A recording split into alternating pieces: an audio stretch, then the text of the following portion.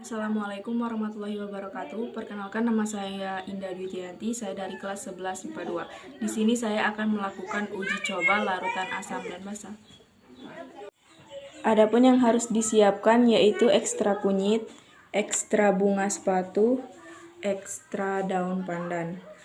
Dan untuk larutannya, larutan kapur, larutan deterjen, larutan cuka, larutan jeruk nipis, larutan promak, dan larutan marimas. Langsung saja kita campurkan ekstra kunyit dengan larutan kapur, deterjen, cuka, jeruk nipis, promak, dan marimas.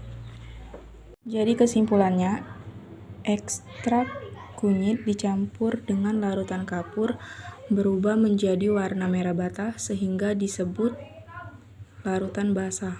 Kemudian ekstrak kunyit dicampurkan dengan larutan deterjen berubah menjadi warna kuning cerah sehingga disebut larutan basah.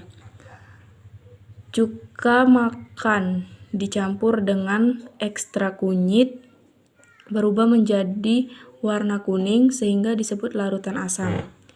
Kemudian ekstrak kunyit dicampur dengan larutan jeruk nipis berubah menjadi warna kuning keijo-ijoan sehingga disebut larutan asam. Ekstrak kunyit dicampur dengan larutan promak berubah menjadi warna merah sehingga disebut larutan basa.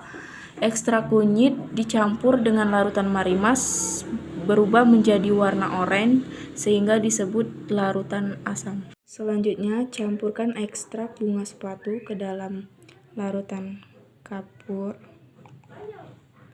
deterjen, cuka,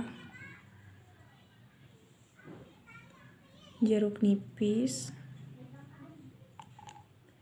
promak, dan marimas. Di kesimpulannya, ekstrak bunga sepatu dicampur dengan larutan kapur berubah menjadi warna hijau lumut sehingga disebut larutan basah. Kemudian ekstrak bunga sepatu dicampur dengan larutan deterjen berubah menjadi warna pink sehingga disebut larutan basah. Ekstrak bunga sepatu dicampur dengan larutan cuka berubah menjadi warna jingga sehingga disebut larutan asam. Ekstrak bunga sepatu dicampur dengan larutan jeruk nipis berubah menjadi warna merah muda sehingga disebut larutan asam. Kemudian ekstrak bunga sepatu dicampur dengan larutan promak berubah menjadi warna hijau sehingga disebut larutan basah. Dan yang terakhir, ekstrak bunga sepatu dicampur dengan larutan marimas berubah menjadi warna orange sehingga disebut larutan asam.